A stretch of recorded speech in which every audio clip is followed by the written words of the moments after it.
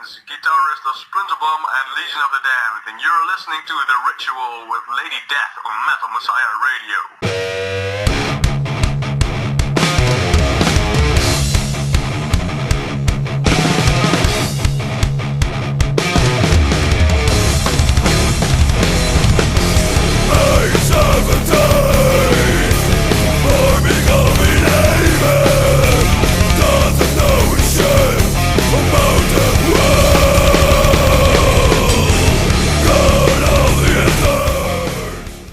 Hello everybody, this is Lady Death. You're listening to The Ritual on Metal Messiah Radio. Today the guitarist Hein Willekens of both Dutch bands Legion of the Damned and Splinterbomb is joining us to talk about the bands and more. So first of all, let me thank you, Hein, for giving us a bit of your time and welcome to my show.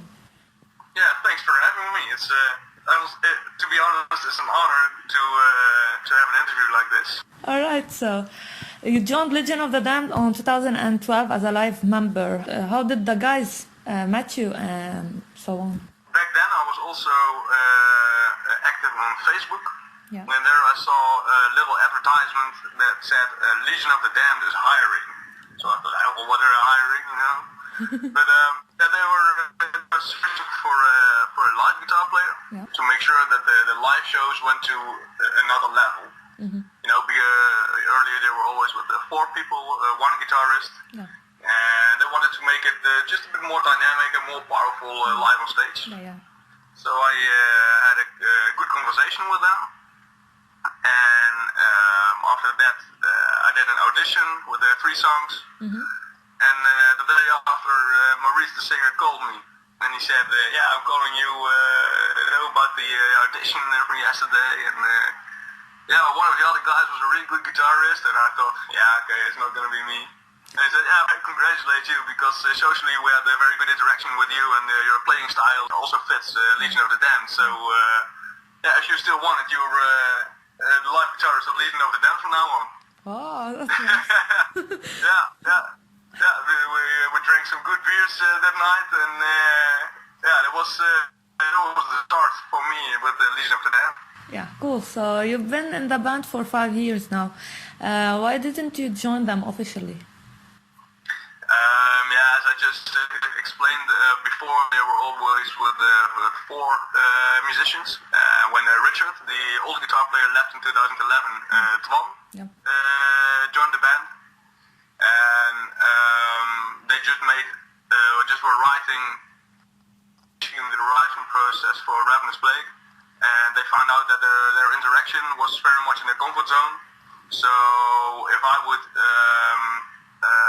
also bring new material in or interfere, if I could call it that way, that would maybe disturb the balance of how they're used to work, and this feels good for them, so they choose to do the creative part in Legion of the Damned with the 4 of them.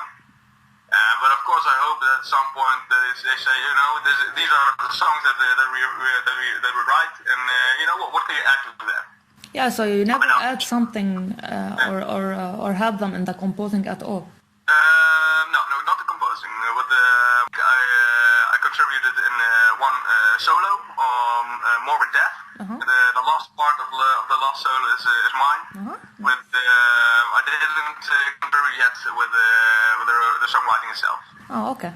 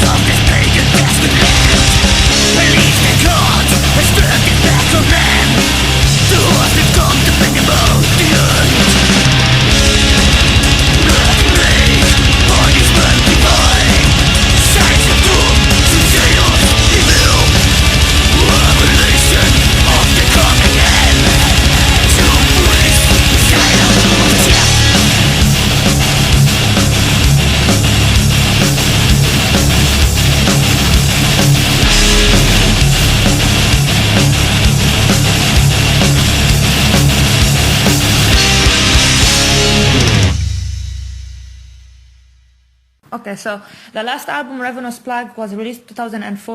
Are the guys working on a new album or something? Actually,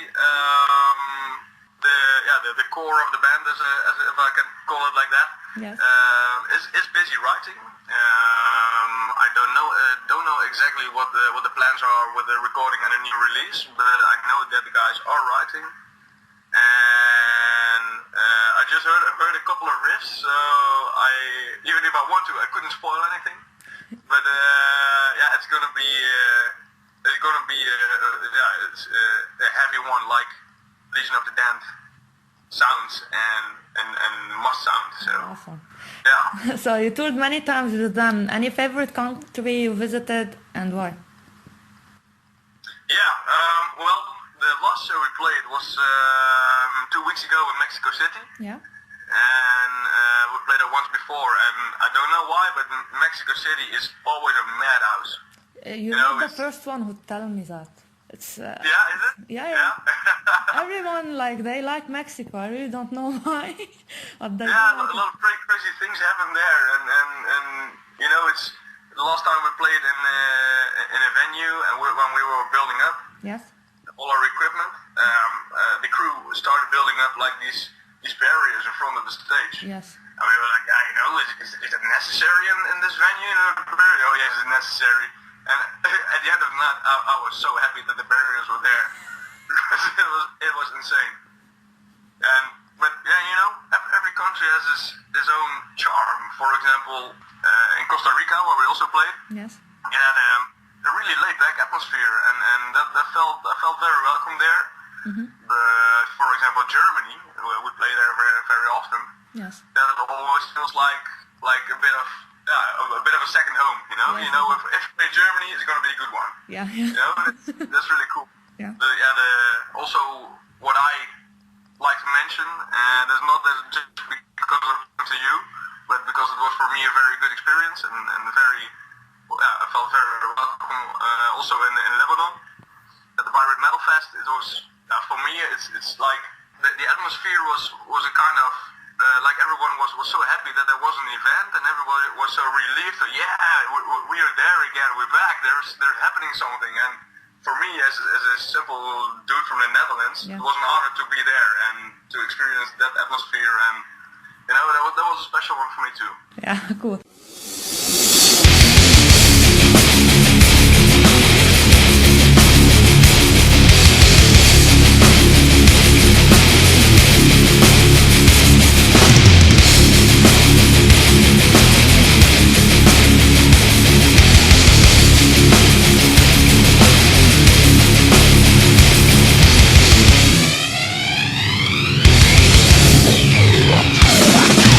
Doing the great war.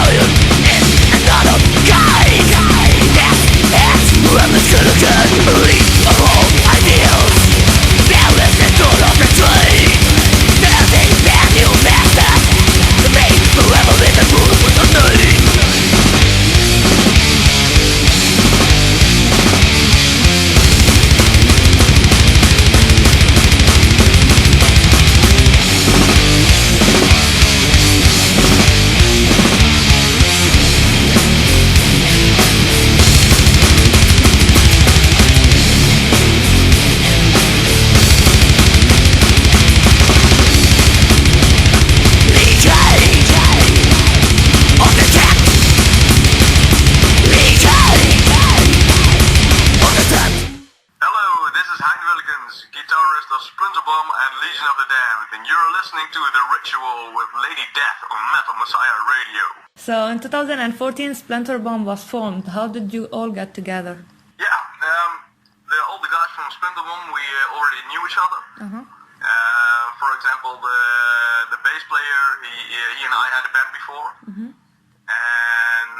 the drummer and I did some projects. But yeah, as I also said, because I'm not writing any material in Legion of the Damned, Yes. I do have a lot of ideas, and you gotta make some room in your head once in a while. Yeah. So Splinterbomb helps me to make my own creative idea Yes. possible, and we'll get together. I think it was at the bachelor party of our singer that we first spoke of the idea. Yeah, man, let's make some music. I thought, maybe I know a drummer from the town where we live. Okay, yeah, let's ask him, drink a beer, and if we connect socially, why not start a band? Let's start a band. And then we did a tryout show just to figure out if it also was working musically, and that was the case. So yeah, we started writing music and preparing for a release show and to get the ball rolling. And yeah, now we're two and a half years Awesome. further down the road, and the ball actually is rolling. So, and we still exist. Awesome. So how can you describe your music for the ones who don't know you yet? Basically, you can hear a lot of thrash. But the key word in our music is groove. If the groove is right, if the feeling is right, then we can make a song of it. Yes. There's also a lot of early 90s influences like Sepultura, things like that. But somehow I recognize in our most recent songs, we didn't release them yet, but we're still writing. There are becoming some more doom and hardcore influences through the groovy thrash thingy. So it's not easy to just put it in one square genre, but it's mostly groovy with some doom, hardcore thrash influences, vocals. So are you working on a full length? Not yet. We at this moment we're in search for a new bass player. We are having auditions these weeks, and because our first EP with 5 songs was released in 2015, and last year we released the single Confess. That's right. And now we thought, okay, we have 2 options, or we release full length. But if we do a full length, I want to do it through a label or a distribution agency or something. And if we don't, because that's also a good option, we take a little more time. Yes. And make sure that a second EP shows a lot of growth, growth and development according to the first one. The first one. Yeah. So, and I guess that's going to be the plan. The second EP, because I want to do everything right, It's no place for mistakes. Yes. So what's your favorite song so far? The favorite song from Splinterbomb that we already did release is Confess. Because although it's a very simple song and it's easy to follow, deals about Confess, the band from Iran. And maybe you heard of it, that they got imprisoned in 2015. Yes. And they got in jail because they play heavy metal and they would spread satanic music and everything, Yes. And that was something very confronting for me because, we are a band, we make music, but because we are living in the Netherlands and those guys are Iranian, I couldn't deal with the idea of being imprisoned because you play heavy metal.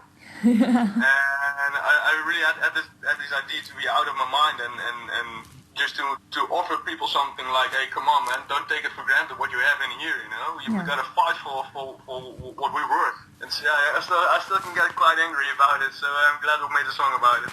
Yeah.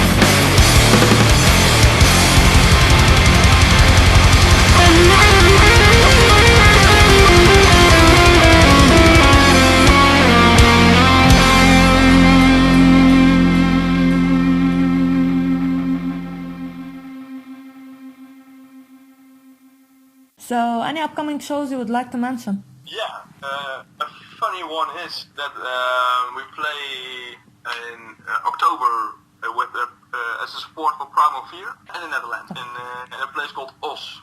So it's a bit of a different band, but because they have 3 guitarists and I am the only one in the Splinterbomb. It's it's gonna be fun. So, how is the scene in the Netherlands, especially where you live? In the city where I live, it's hard to get some shows because somehow if there is an initiative, it doesn't really get going by itself. When you organize something, for example, in April I organized my own event for the first time. Yes. And I did a lot of promotion and a really active campaign to reach the people. Yes. And eventually it did work out because it was fortunately a success. Yes. But if I would do it, for example, 2 or 3 times in a year, it would just bleed to death. If we can call it like that. Yes. But fortunately, if you do it on the right time, it will be a success. And cities like Eindhoven and Tilburg Yes. are really nearby. It's 20 minutes by train. And of course you got that in Netherlands Death Fest, Roadburn, Eindhoven Metal Meeting, Dynamo Metal Fest. And also Nijmegen from the Forta Rock Festival is also 30 minutes by train. So the surrounding of my city is very, very good. There are a lot of bands, a lot of initiatives. Oh, okay, I see. And by that also opportunities for us to play. Yes. So what would be your tips for the new guitarists out there? Practice till your finger hurts. It's, to be honest, technically I'm not the best guitarist. It's in my nature. I'm not kind of prodigy or something. Mm-hmm. But I remember that my guitar teacher, I had some classical guitar lessons when I was a kid. Mm-hmm. And he told me, you have a really good feeling for music, but remember that you always have to practice. Yes. And now I'm 20 years down the road, and since 7 or 8 years, I'm really seriously involved in the music and playing guitar. And I still remember that. Even if you have feeling for music, still you gotta practice like hell. And Yes. so step by step, I try to grow and to learn new techniques. And for example, when in 2012, that's a funny story. Yeah. I played in a thrash band called Tornado. Mm-hmm. And I didn't play any solos back then because I didn't find it interesting, and I want to play riffs. Yeah. And the other guitarist said, "Yeah, man, you're in this band now. This is the album. Learn the songs. These are your solos, and just do it." So he, so to speak, he kicked me in the swimming pool. Yeah.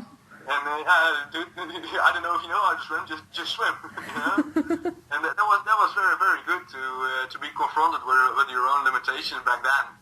And so then I started practicing even more because I was hungry and of course you can do this, man. Come on, you know.